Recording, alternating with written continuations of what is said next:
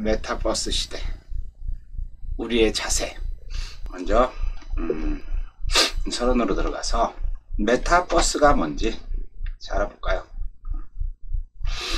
메타버스라고 하는 거는 추월이라고 하는 메타와 우주를 뜻하는 유니버스가 되겠죠. 버스가 아니라 유니버스의 합성어로 물리적 한계를 뛰어넘어 3차원 가상 공간에서 가상과 현실이 상호작용하는 세상을 메타버스라고 얘기합니다. 굉장히 거창한 것 같은데 제가 볼 때는 초디지털 사회라고 생각하면 돼요. 디지털. 여러분들 포트나이트에서 파티 로얄에 가면은 BTS가 다이너마이트라고 하는 신곡을 소개했죠. 서로 각자 사이버 세상에 아바타로 들어와서 같이 즐기는 거죠. 신곡을 BTS가 그때부터 메타버스에 대해서 사람들한테 알려주기 시작하고 여러분들의 많은 관심을 갖게 되었죠.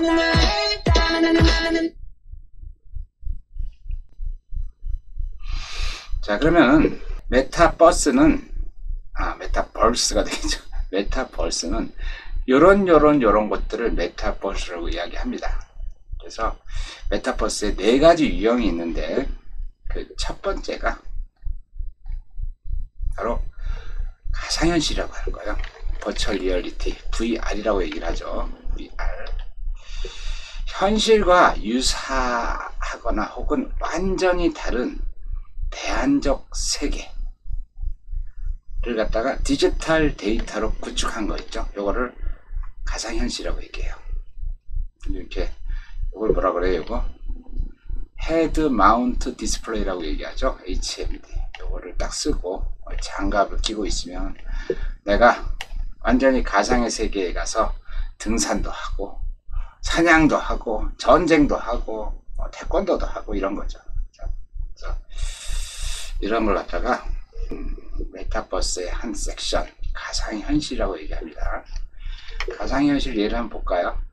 가상현실 예는 핏거리라 해가지고 우리 피트니스 클럽에 가게 되면은 무지하게 혼자 운동하는 게 힘들잖아요. 그런데 이렇게 아름다운 파트너가 같이 운동을 해줍니다. 오늘은 커플 스트레칭을 배워볼 건데요. 솔직히 HMD를 쓰고 그리고 장갑을 끼고 고무줄을 당기는 거지만은 실제 화면상에서는 이렇게 아름다운 파트너가 나와서 같이 운동을 하는 거죠. 사실 여기는 여성분이 나오지만 여성이 스트레칭을 할 때는 멋진 남자가 나올 수가 있겠죠. 정우성도 좋고 송중기도 좋고 되겠죠. 자, 이런 걸 갖다가 메타버스의 유형이라고 하는데 첫 번째 가상현실입니다. 근데 두 번째는 증강현실이라고 해요. 증강현실. 아규먼티드 리얼리티. 그래서 AR이라고 얘기를 하죠. 증강현실은 가상현실은 완전히 다른 세상인데 상황인데 현실 공간에 2D 또는 3D를 표현되는 가상물체를 겹쳐 보이게 하면서 상호작용을 하는 것을 이야기하는데 포켓몬고 아시죠 여러분들? 실제 길거리에 포켓몬가 막 돌아다녀요. 잡으면 되는 거. 이 사진을 보시면은 재밌는 건데 현실 세계가 카메라로 다 보이죠. 그런데 그 현실 세계 카메라 뒷면에 있는 거, 그렇죠? 보통 우리가 화장실에 갈 때 어떻게 해요? 가다가 화장실이 급해. 그럼 빌딩에 막 올라가서 화장실 나 없나 막 찾잖아요. 없으면 내려오고 또 다른 데 가서 막 있나 찾아보고 또 내려오고 이러는데 그냥 이 증강현실은 이렇게 화장실이 여기 있다. 보이지 않는 부분까지 보여주는 거죠. 현실에다가 추가되는 정보를 제공해 주는 거. 증강현실도 영상을 같이 한번 볼까요? 이건 뭐냐면요, 이케아라고 하는 가구회사 있죠. 가구회사에서 이 가장 큰 고민이 뭐냐면은 배송을 했어, 가구를. 그런데 마음에 안 든다고 다시 반품을 시켜. 일반 택배는 2,500원이면 되지만 가구 택배는 최소한 3만원, 5만원 이렇게 받잖아요. 그래서 2명, 3명씩 가서 배송을 해야 되기 때문에. 그래서 그걸 갖다가 이렇게 증강현실로 만들어 가지고 그 자기 집이 있는 현실에다가 그 가구를 배치해 보는 거예요. 자, 이렇게 해서 내가 산 가구를 우리 집에다 갖다 놔 봤을 때 우리 집 인테리어하고 아주 잘 맞는다. 그러면은 너무 좋겠죠. 반품이 확실히 줄어들겠죠. 이런 쪽으로 많이 이용을 하고 있습니다.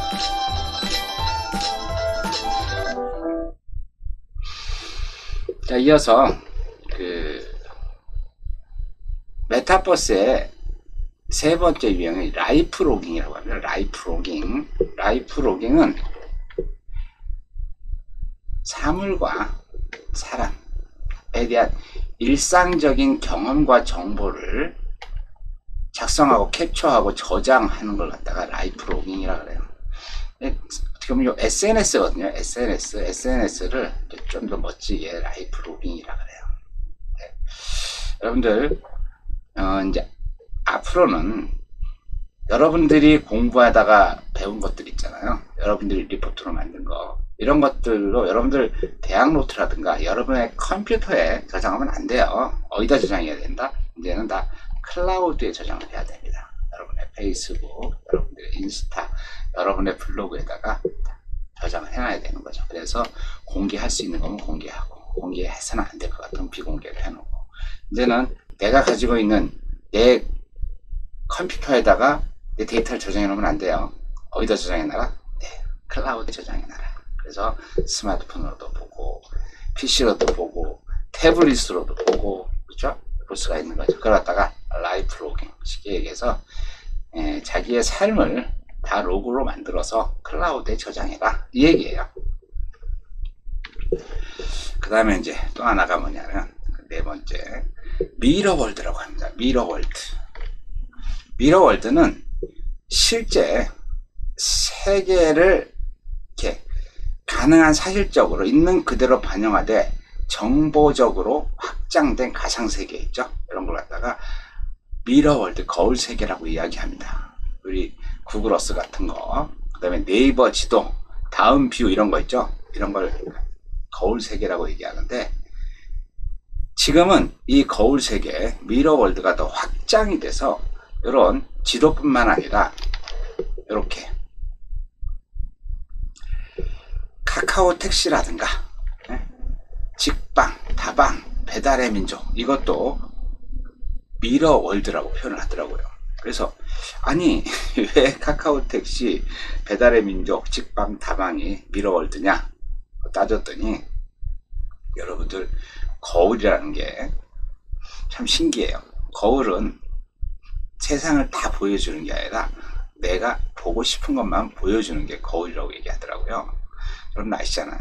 그 백설공주에 나오는 그 마귀가 거울아 거울아 이 세상에서 제일 예쁜 여자가 누구니 하는 거 있잖아요. 그것처럼 자기가 보고 싶은 것만 보는 게 거울이래요. 이 배달의 민족은 뭐냐면은 내가 먹고 싶은 음식만 보여주는 거고, 카카오 택시는 내가 타고 싶은 택시만 보여주는 거고, 그리고 직방, 다방 같은 경우는 내가 사고 싶은 부동산만 보여준다 그래서 이것도 지금 거울 세계, 미러월드의 안에 집어넣습니다. 어쨌든 이 메타버스는 이 네 가지, 증강현실, 가상현실, 라이프 로깅, 그 다음에 거울세계, 이 네 가지를 합쳐서 메타버스라고 이야기하는데, 사실 뭐 아주 심플하게 얘기하면 뭐예요? 초디지털 세계죠. 초디지털 세상. 이 그 매트릭스 아시죠? 매트릭스. 뒤에다가 뭘 하나 딱 꽂으면은 폰이 디지털 세상에 가가지고 하는 거, 그 영화잖아요. 근데 저 디지털 세계보다 저는 이걸 보면서 메타버스의 세상이라는 걸 느껴요. 이게 무슨 그림이에요? 친구가 3명이 만났어, 카페. 그런데 친구와 친구들 간의 대화보다 어떤 대화를 더 많이 해요? 누구 걸 더 많이 해요? 내 스마트폰 안에 있는 사람하고 소통을 더 많이 하죠. 그래서 실제 지금 여기 있는 카페에 있는 3사람의 세상보다 더 넓은 여기 스마트폰 안에 있는 디지털 세상들, 그게 진정한 메타버스가 아닌가 생각이 돼요. 그래서 여러분들 이제 이 메타버스는 우리가 뭐 이렇게 회피한다고 회피하고 내가 안 갈래 하고 안 가고 그런 게 아니에요. 여러분들이 이미 스마트폰을 가지고 유튜브로 공부를 하고 있고 카톡으로 친구들과 대화를 나누고 있잖아요. 그게 바로 메타버스죠. 그래서 메타버스에 대해서 여러분들이 준비를 하고 여러분들이 메타버스의 세상에 적극적으로 동참을 해서 메타버스 세상의 리더가 되기를 바랍니다. 자, 그러면 본론으로 들어가서 그 메타버스 세상에 우리는 뭘 해야 될까? 한번 이야기해 보겠습니다. 제가 볼 때는요, 뭘 하든 간에 도구를 활용하는 게 굉장히 중요한 것 같아요. 여러분들, 인간이 만물의 영장이 된 이유가 뭐예요? 저는 도구를 사용하면서부터 인간이 만물의 영장이 됐다고 감히 말씀드립니다. 사실 그렇잖아요, 그렇죠?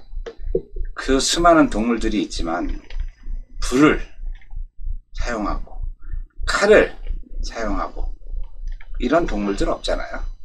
물론 동물들도 일부 도구를 사용하는 동물들이 있기는 한데 인간처럼 이렇게 도구를 집중적으로 개발을 하고 찾아서 사용하는 동물은 없죠. 그럼 재밌는 거 하나 보여드릴까요? 자, 제가 격투기 선수하고 싸워요. 싸워서 이길 수 있는 방법이 뭐가 있을까요? 태권도를 배우면 된다고요? 일도를 배우면 된다고요? 아유, 언제 거다 배워요. 그럴 수도 있겠지만 태권도를 배우거나 일도를 배워도 저는 절대 이 격투기 선수는 못 이길 것 같아요. 그런데 정말 쉽게 격투기 선수를 이기는 방법이 있어요. 그게 뭐죠? 이거 있으면 되겠죠. 총이라고 하는 도구가 있으면은 격투기 선수 한 여기 탄창에 총알이 몇 개가 있나? 한 10개가 있다. 그러면 격투기 선수 10명이 덤벼도 겁 안 나겠죠. 금방 잘못 맞을 수 있으니까 한 5명이 덤비는 걸로 하죠. 그래서 총알이 10개만 있으면은 격투기 선수 5명이 덤벼도 저는 끄떡없을 것 같아요. 이길 수 있을 것 같아요. 또 하나, 제가 우샤인 볼트하고 달리기를 해서 이길 수 있는 방법이 뭐가 있어요? 제 가랑이를 갖다가 완전히 찢어도 저는 우샤인 볼트를 이길 수가 없어요. 그런데 도구를 사용하면 이길 수가 있겠죠? 어떤 도구? 네, 바이크, 할리 데이비슨 같은 거 탁 타고 쫙 달리면은 우샤인 볼트가 가랑이를 찢어도 저를 못 이기겠죠. 도구는 그만큼 중요합니다. 도구는. 여러분들 혹시 그 우금치라고 하는 우금치 전투를 아세요? 우금치 전투. 우금치는 1894년 11월 8일 공주의 우금치라고 하는 곳에서 우리 동학군 2만 명하고 동학군 2만 명, 그죠? 2만 명하고 일본군 2,000명이 벌인 전투예요. 누가 이길 것 같아요? 당연히 10배가 많은 2만 명이 이겨야 되죠. 그런데 이거는 진 게 아니라 완전히 학살을 당했어요. 학살. 2만 명이 거의 다 죽었죠. 일본군은 2,000명인데 1명이 부상을 당했다고 하더라고요. 그러면은 이 2만 명의 우리 동학혁명군이 2,000명의 일본군보다 정신적으로 무장이 안 됐을까요? 절대 그렇지 않습니다. 거기는요, 이 전쟁 무기, 도구죠. 무라다 수총이라고 하는 도구, 화승총이라고 하는 도구, 이 도구를 사용하다 보니까 지금 우리 동학혁명군, 조선군이 학살을 당한 거죠. 화승총은요, 2, 3분에 한 발이 발사가 돼요. 유효 사거리는 120m고 엎드려 쏴가 불가능합니다. 여기 펌프질을 막 해야 되는데 엎드려서 펌프질을 할 수가 없어요. 그러니까 반드시 서서 펌프질을 한 다음에 총을 놔야 돼요. 그런데 일본군 2,000명이 사용한 무라다 소총은요, 1분에 15발을 쏠 수 있고 유효 사거리가 800m나 됩니다. 그리고 엎드려 쏴가 가능해요. 거기다가 일본군은요, 요 기관총 있죠, 기관단총, 캐틀링이라고 하는 이 기관총이 있었어요. 그 여상 두구두구두구두구 막 따발총을 쏘는 거죠. 이길 수가 없어요. 학살이에요, 학살. 보실래요? 잠깐 한번 보실래요? 요게 이제 스나이퍼 소총이라 그래가지고 무라다 소총 있죠. 무라다 소총은 일본군들이 개량을 한 거예요. 이 스나이퍼 소총은 유럽 사람들한테 맞게 좀 길게 돼 있고, 그러다 보니까 조금 아시아 사람들한테 맞게 만든 게 무라다 소총이에요. 그래서 이렇게 총을 쏘는 건데, 화승총은 어떻게 쓰는지 아세요? 이렇게 씁니다. 이렇게 여기 있는 것처럼 펌프질을 막 해가지고 화약을 넣고 펌프질을 합니다. 그러다 보니까 엎드려 쌀을 할 수가 없어요. 펌프질을 해야 되는데 어떻게 엎드려 하겠어요. 반드시 일어서서 펌프질을 하고 그 다음에 총을 쏴야 돼요. 이 도구하고 싸움이 되겠냐고요. 이거는 우금치 전투는요, 전쟁이 아니라, 전투가 아니라 그냥 학살이었습니다. 학살. 그래서 결국은 우리가 이제 전쟁도 마찬가지고 세상 사는 것도 마찬가지고 가장 중요한 게 어떤 도구를 얼마만큼 잘 사용하느냐. 이게 삶을 얼마만큼 성공한 삶을 사느냐, 성공하지 못한 삶을 사느냐, 이런 거인 것 같아요. 자, 그러면 여러분들 같이 한번 고민해 보죠. 21세기 최고의 도구는 뭐예요? 21세기. 그러니까 말씀드린 것처럼 메타버스 시대의 최고의 도구가 뭘까요? 메타버스 시대. 메타버스를 들어가기 위해서는 디지털라이징을 해야 되잖아요. 그럼 디지털라이징 할 수 있는 도구가 뭐가 있어요? 결국 컴퓨터죠. 컴퓨터. 스마트폰, 노트북, 타블렛, 그 다음에 데스크탑. 제가 운영체제 첫 강의에서인가 말씀을 드린 것 같아요.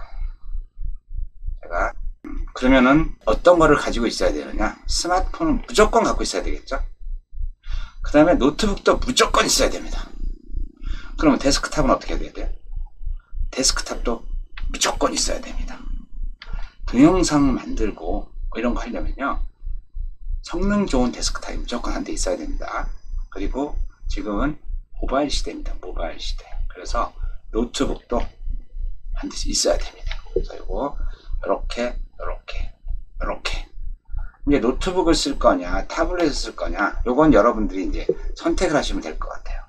저는 안드로이드가 참 좋다, 안드로이드 앱이 나한테 최적화되어 있다, 그러면은 타블렛 쓰셔도 되고, 나는 윈도우 쪽이 훨씬 더 최적화되어 있다, 윈도우가 생산성이 훨씬 좋다, 그러면은 노트북 쪽으로 사용하시면 될 것 같고. 그래서 요렇게 세트를 준비하든 반드시 이 도구를 가지고 있어야 됩니다. 오와 예가 아닙니다. 오와가 아니고 예, 엔드. 예, 엔드 이렇게 갖고 있어야 됩니다. 최고의 도구를 갖다가 사용할 줄 아느냐 못하느냐, 이거에 따라서 여러분들의 생산성이 나타나거든요. 그리고 이것뿐만 아니라 또 뭐가 있어야 돼요? 여러분들 웨어러블 디바이스 있죠? 웨어러블 디바이스 친해져야 됩니다. 웨어러블 디바이스를 사용해 본 사람하고 웨어러블 디바이스를 사용해 보지 못한 사람하고는요, 완전히 하늘과 땅 차이입니다. 그래서 저 같은 경우도 스마트워치를 사용하고 있고, 저는 이게 뭐죠? 이게 보이시나요? 뭐 같아요? 이거 키보드입니다. 키보드 괜찮죠? 저는 대부분 비즈니스를 할 때는 노트북을 가지고 가요. 그런데 노트북을 못 가지고 갈 경우가 있어요. 그럴 때 어떻게 해요? 그때 스마트폰 딱 꺼내놓고 요 블루투스 접이식 키보드를 사용해 가지고 탁 넣어서 이걸로 데이터를 만드는 거죠.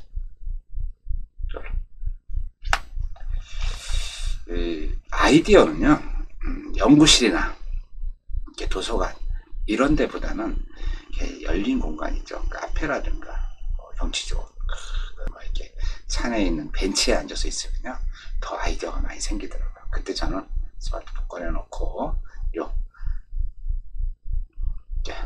블루투스 키보드 갖다 놓고 제 생기는 아이디어를 막 적습니다. 강의안 같은 것도 그렇게 만들어 가지고 집에 있는 데스크탑에 와서 다다다닥 해서 만들고 이렇게 하는 거죠. 정말 중요합니다, 여러분들. 컴퓨터 그리고 웨어러블 디바이스 꼭 활용하세요. 자, 그리고 이제 하드웨어가 만들어졌다. 그러면 하드웨어만 갖추고 있으면 되는 게 아니라 이제 소프트웨어도 공부를 해야죠. 그렇죠? 저는 이제 소프트웨어 공부하는 걸 디지털 문맹 탈출이라고 이야기하는데, 옛날에 우리 할머니들 한글을 모르면 문맹이라 그랬어요. 그 한글을 몰라서 문맹이 되면 무지하게 불편하잖아요. 아들이 군대를 갔는데 군대에다 편지를 한 장 쓰고 싶어도 쓸 수가 없어가지고 옆에 있는 그 아는 선생님한테 찾아가서 읽어주면 그걸 써서 보내고, 또 아들이 편지가 오면 그것도 그분한테 가져가서 읽어달라고 하고.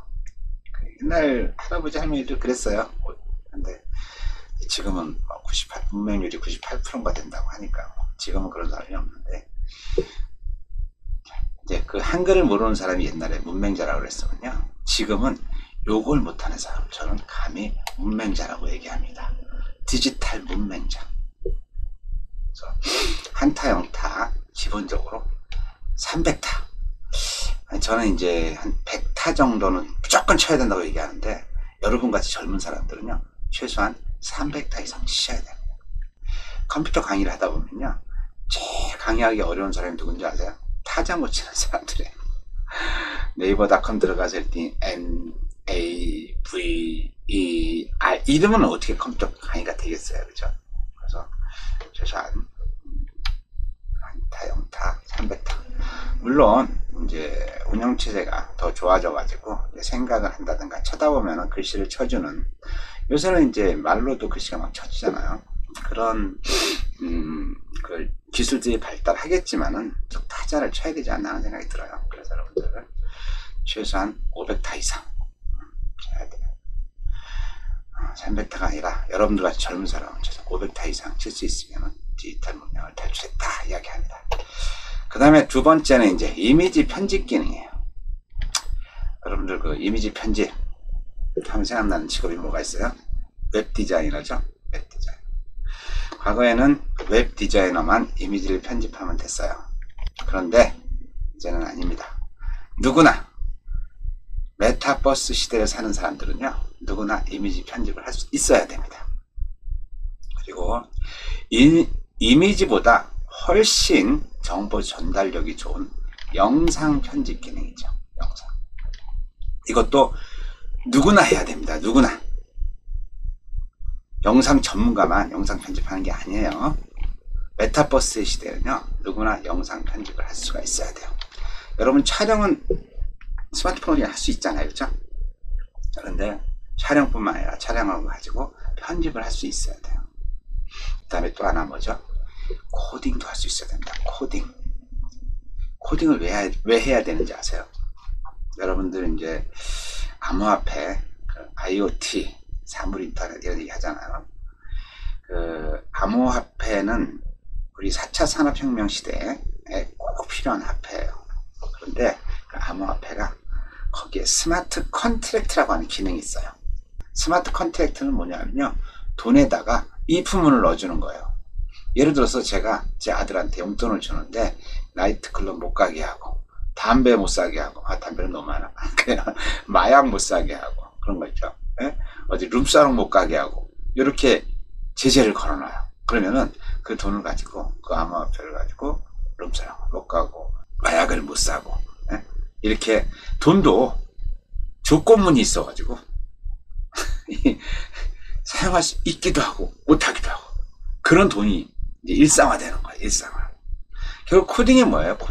코딩은 딴 거 아니에요. 그냥 내가 조건문을 만들어서 내가 원하는 일을 할 수 있게 해주는 게 코딩이잖아요. 그래서 우리가 어렵게 뭐 C++ 뭐하고 이런 게 아니고 쉽게. 요새 뭐 파이썬 같은 건 굉장히 쉽잖아요. 옛날에 코딩은 되게 힘들었는데 요새는 그 인문학 전공한, 그러니까 문과를 전공한 학생들도 파이썬 같은 걸 배운다고 하더라고요.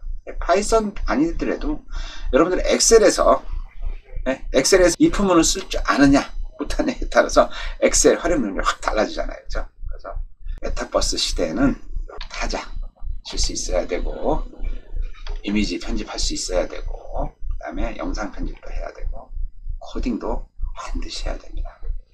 근데 이제 이렇게 하는 것들이 그렇게 어렵지가 않아요. 여러분들 요거 있죠, 이미지 편집. 요거는 지금 제가 만든 거예요, 이모티콘을. 근데 자, 이런 이모티콘을 만드는 거하고 여기 있죠, 여기 이런 동영상이 있어요. 동영상 보시겠어요? 제가 아는 그 선배님이 저희 클럽에 가입을 했어요. 그래서 제가 이런 영상을 만들어서 그분한테 축하한다고 보내드렸는데, 참, 이거 만드는 게 쉬울 것 같아요. 이거 만드는 게 쉬울 것 같아요. 물론 이게 만들기 쉽다고요? 아니에요. 이게 훨씬 더, 이거는 한 7분, 한 8분 정도 걸렸어요, 만드는데.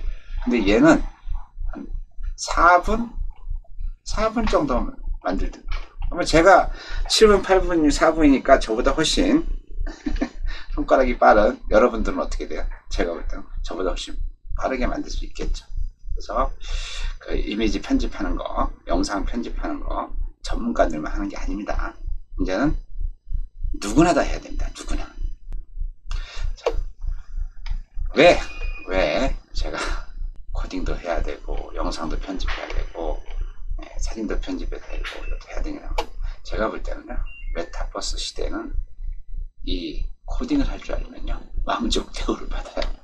영상 편집을 할 수 있으면요, 귀족 대우를 받을 수가 있고, 그리고 이미지를 편집할 줄 알면 평민 대우를 받을 수 있습니다. 그리고 타자는 누구나 치잖아요, 그죠?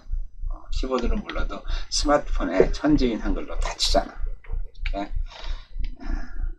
천민 대접을 받는다고 좀 과장됐지만 그렇게 말씀을 드리겠습니다.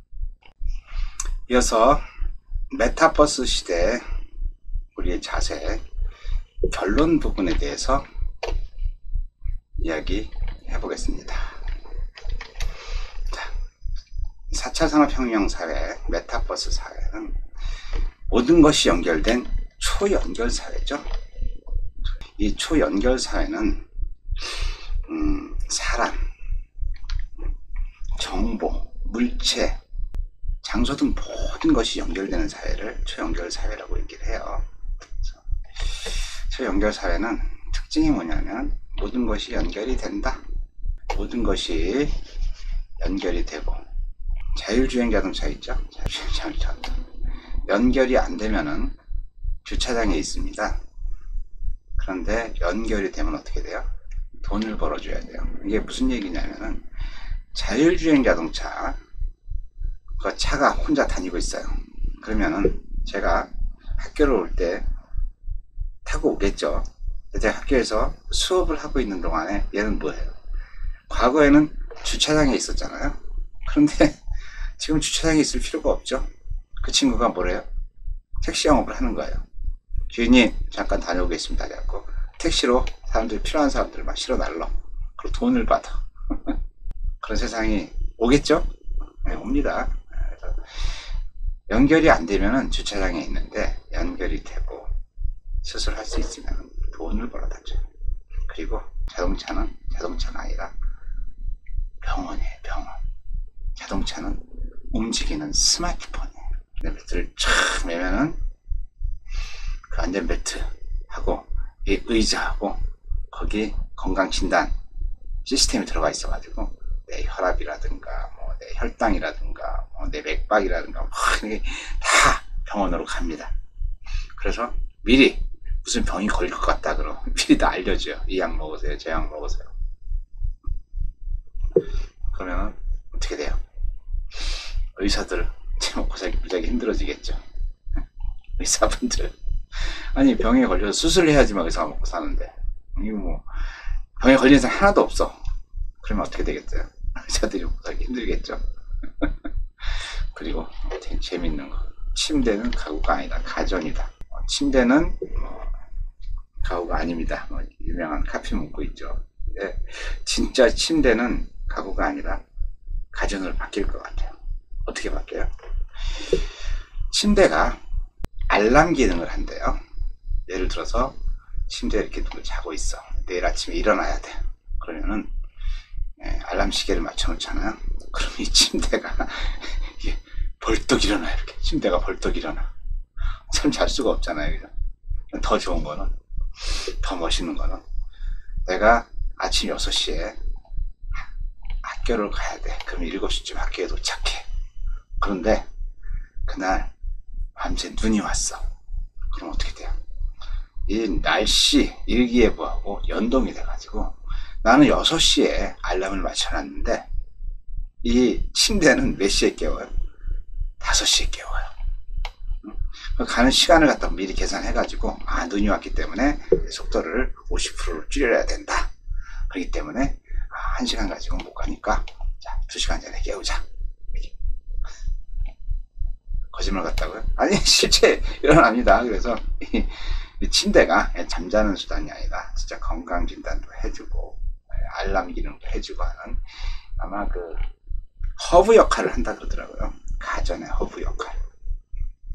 알람과 연결이 되고 내비게이션이 연결이 되고 재밌죠?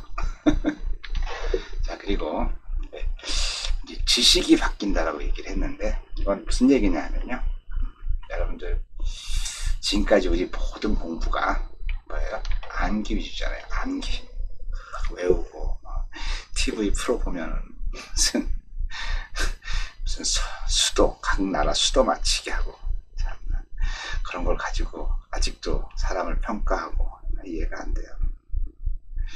아니 수도는 그냥 스마트폰에 물어보면 되지 않아요? 스마트폰이 그래가지고 저는 빅스비를 사용하니까 이렇게 들고 어떻게 해요?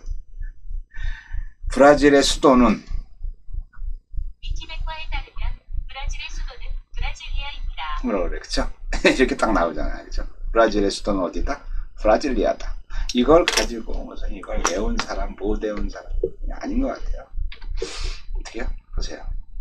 과거에는 지식을 어디다 저장했어요? 뇌에다 저장했죠.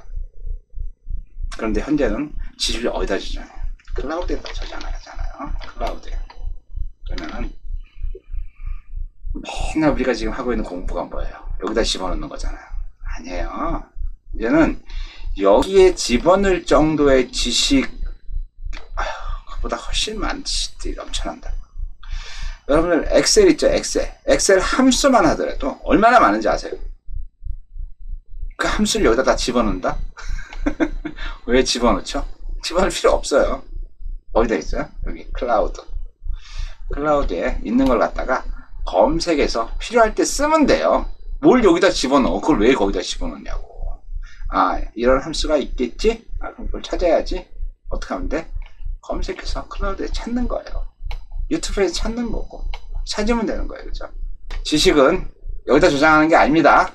여기 저장하는 건 뭐야? 자꾸 반복하다 보면 자연스럽게 알게 되는 걸 여기다 저장하고, 처음 접하는 것들은 여기다 저장해 놓으시면 됩니다. 여기다. 그래서 여러분들이 블로그를 활성화시키고 드라이브 있죠? 구글 드라이브 같은 거 이용해서 여러분들이 저장해 놓으면 좋은 거예요. 이제 지식 오력이라고 하죠. 지식 오력. 수집력, 분석력, 축척력, 전달력, 활용력, 지식 오력이라고 얘기하는데, 이 모든 걸 다 과거에는 인간이 수집도 해야 되고 분석도 해야 되고 축적도 해야 되고 전달도 해야 되고 활용도 해야 됐어요. 그런데 지금은 아니에요. 지금은 바뀌어 있습니다.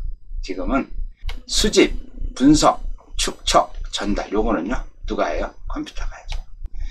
활용하는 것만 인간의 영역이에요. 그래서 여러분들이 활용력을 좀 키울 수 있어야 돼요. 절대 외우지 마세요. 이해하시고 저장해 두세요. 어디에? 클라우드에. 그러면은 클라우드에 저장해 놓고 빨리 찾을 수 있게 해시태그 달아놓으세요. 해시태그 달아놓고 빨리 찾아서 여러분들은 활용만 하시면 돼요. 많이 변하고 있으니까 여러분들이 생각의 틀을 좀 깼으면 좋겠어요. 여러분들 미국 사람들이 모두 사용하고 있는 알렉사라고 하는 인공지능 머신이 있어요. 아리아. 저도 지금 아리아가 있어가지고 이게 듣습니다. 아리아도 있고 KT도 있고 다 있잖아요. 그죠? 그런데 미국 사람들은 알렉사라고 하는 그런 이제 인공지능 스피커가 있어요. 이제 재밌는 거는 이 알렉사는 굉장히 비싸요. 비싸다 보니까 한 집안에 하나밖에 놓을 수가 없어요.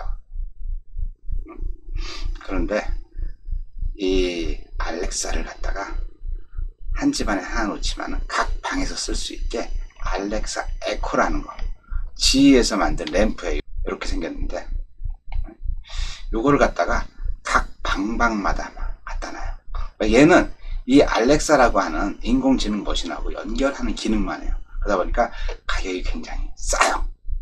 알렉사 하나를 팔아먹잖아요. 알렉사 에코는 4개를 팔아먹을 수가 있어요. 그리고 침대는 가정이다 말씀드렸죠. 그렇죠? 자동차는 뭐예요? 자동차는 움직이는 스마트폰이고 움직이는 병원이다 말씀드렸죠. 병원. 의사는 환자를 치료하는데 인공지능, 컴퓨터, 자동차, 침대, 여기에서 건강을 진단하는 진단 기능이 있어가지고 환자가 생기지 않도록 해요.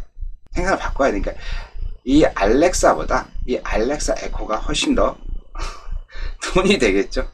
하나냐 4개냐. 그죠? 인공지능 머신을 만들려면요 엄청나게 많은 투자를 해야 되겠죠. 근데 얘는 아니잖아요. 얘는 연결만 하면 되는 거잖아요. 우리 알렉사 영상 한번 잠깐 볼까요? 제너럴 일렉트릭에서 만든 거예요. Alexa, what's the weather? 불이 딱 들어오면서 Sunny and 75 degrees. Alexa, add apples to my shopping list. I've added apples to your shopping list. Alexa, show me something new. New from GE Lighting. It's not only a new light. Alexa, tell me the latest headlines. 집안에 하나만 있는 인공지능 머신보다 집안에 4개씩 있는 GE 램프 알렉사 에코가 훨씬 더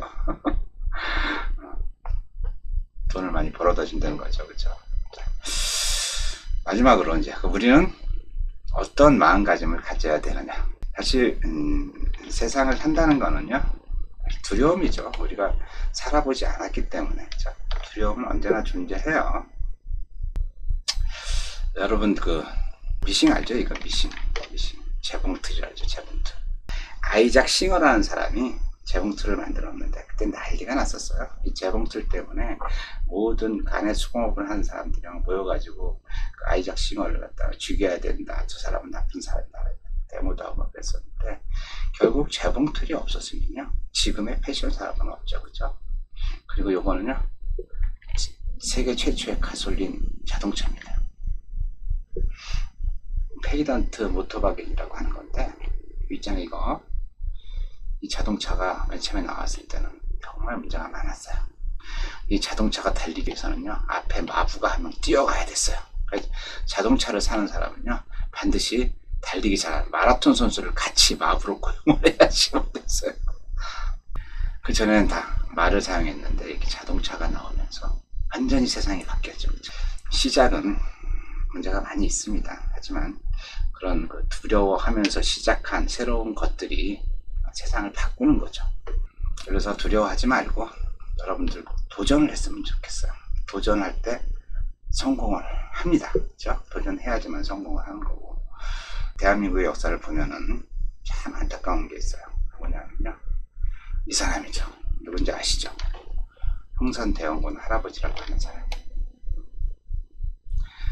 우리나라가 일본한테 나라를 빼앗긴 이유가 뭘 것 같아요? 저는 그 나라를 빼앗게 만든 원흉이 이분이라고 생각해요. 이완용이 아니고 흥선대원군, 이 양반. 외국의 선진 문물을 왔으면 받아들여야 되잖아요. 근데 이 양반은 어떻게 했어요? 쇄국 정책을 쓰고 나라의 빗장을 닫고 그러다 보니까 어떻게 돼요? 화승청을 쓸 수밖에 없는 거예요. 그럴 때 일본은 어떻게 했어요? 일본은 이 사람이 있었죠. 누구예요? 도쿠가와 이에야스라는 친구죠. 그렇죠?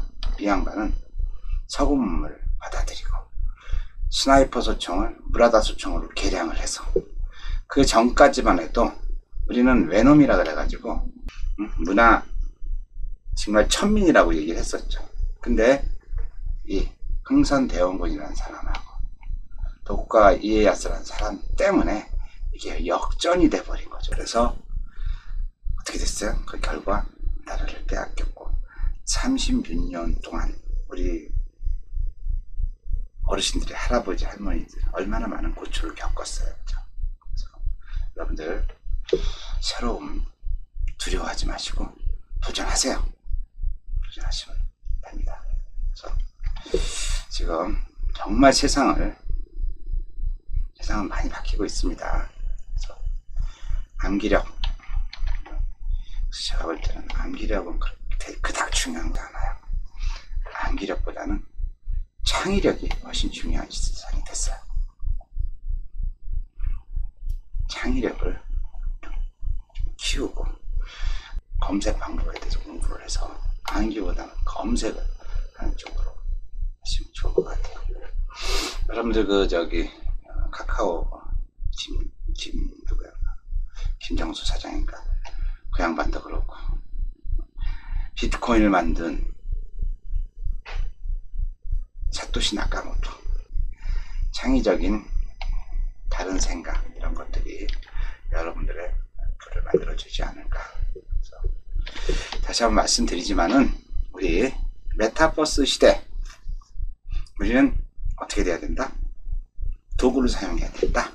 어떤 도구? 디지털 라이징 가능한 도구. 그래서 분당 300타 이상 치셔야 되고, 이미지 현재 누구나 하셔야 됩니다. 누구나. 그리고 동영상도 마찬가지로 누구나 하셔야 됩니다.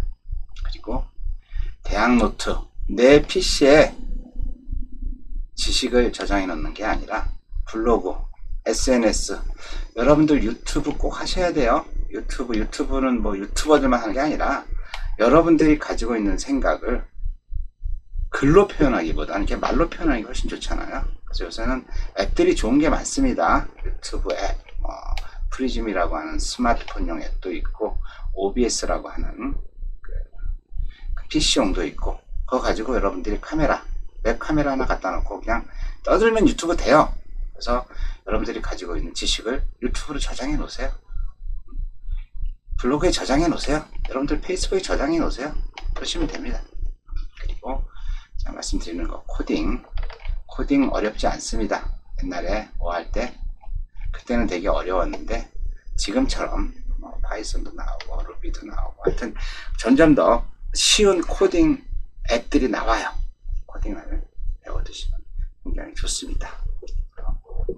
다시 한번 말씀드리지만 디지털 디바이스,